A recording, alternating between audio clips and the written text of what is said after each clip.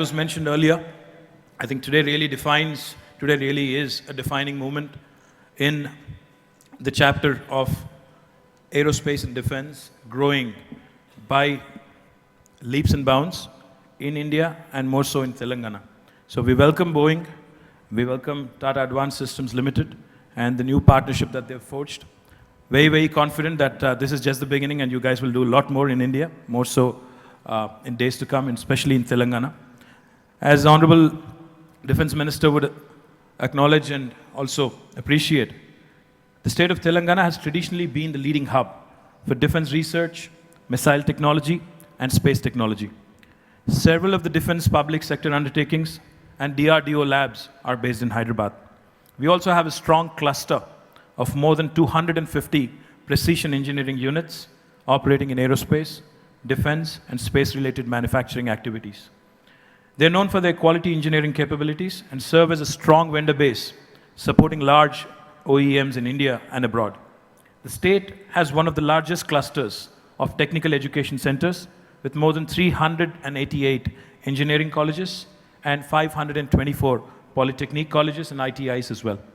This vibrant ecosystem has ensured that a large supply of homegrown skilled manpower with relevant experience is made available at a relatively cheaper cost.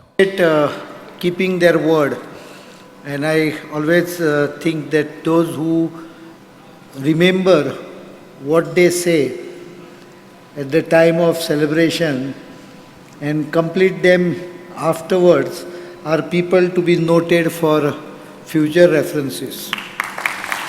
So let me acknowledge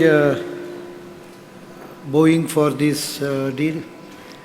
Let me also make it clear that policies are aplenty. I have seen as a Chief Minister of a state, Honorable IT Minister KTR, he mentioned about friendly policies. I have, as a Chief Minister and a politician of quite a big standing and one who is fond of reading, I have read many industrial policies. And I have seen the glossier the policy is, more attractive it is printed. You can be sure that it is done by someone who doesn't know anything on the ground, because it's done by a consultant.